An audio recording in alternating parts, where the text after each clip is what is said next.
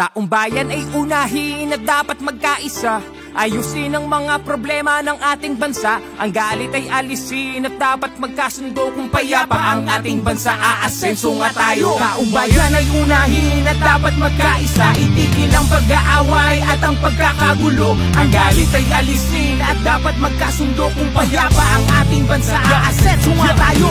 Ang kahirapan sa bansa ay lumulubha pa. Kailangang harapin ang marami nating problema. Maraming nagugutom sa Maynila at probinsya at maraming trabahante di sapat ang kinikita. Pamilyang hindi sapat ang pagkain sa mesa. Kapag sila'y nagkasakit, wala rin pampaospital. Kabuhayang hinampas ang matinding kalamidad at tumataas ang antas ng kriminalidad. Hindi mabuting panoorin na puro na lang kampihan. Kaliwat ka ng batikos, kabi-kabilang alitan ng dapat asikasuhin at kailangang malunasan ng mga problemang nagpapahirap sa ating bayan. Sa ating ang panahon, pagkakaisa ang solusyon.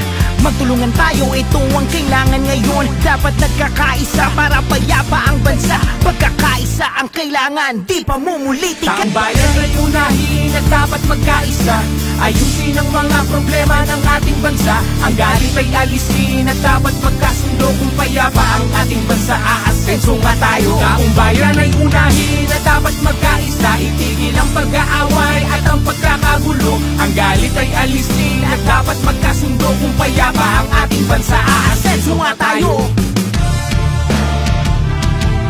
Ang bigyan ng panahon, kinabukasan ng bansa.